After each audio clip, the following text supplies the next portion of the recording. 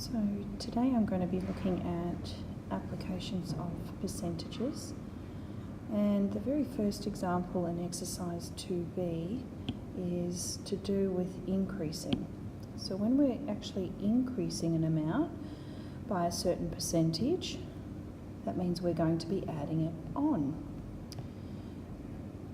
There are two different methods in how we can actually do this. The first method is we can actually find out what 8% is of $370.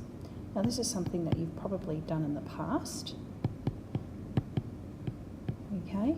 And once we find this number out, which is going to be $29.60, we would then need to add that on because we're increasing it, so that means we would be adding it, which will then get us $399.60. Remember, when we're dealing with money, we want to go to two decimal places. So that's the first method. The other method that we can do, and I'll just distinguish these, method 1, method 2. At this point in time, the $370 is what we would call our 100%. Okay, so at this point in time, 370 is the 100%. And now what I'm saying is I want to add, hence the increase, 8% to it.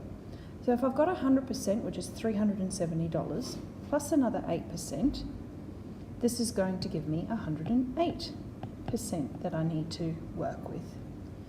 So now if I do my calculation, change that percentage into a decimal, which would be 1.08. Remember, to change it out of a percent, we always divide by 100, and that's how I get 1.08.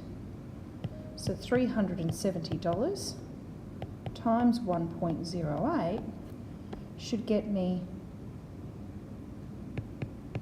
$399.60. So it actually goes a little bit quicker because there's only really one calculation involved, and this is the only bit I really need to see in a test situation in order for you to get your full marks, whereas I'd need to see all of this in a test situation to show me how you did your increase.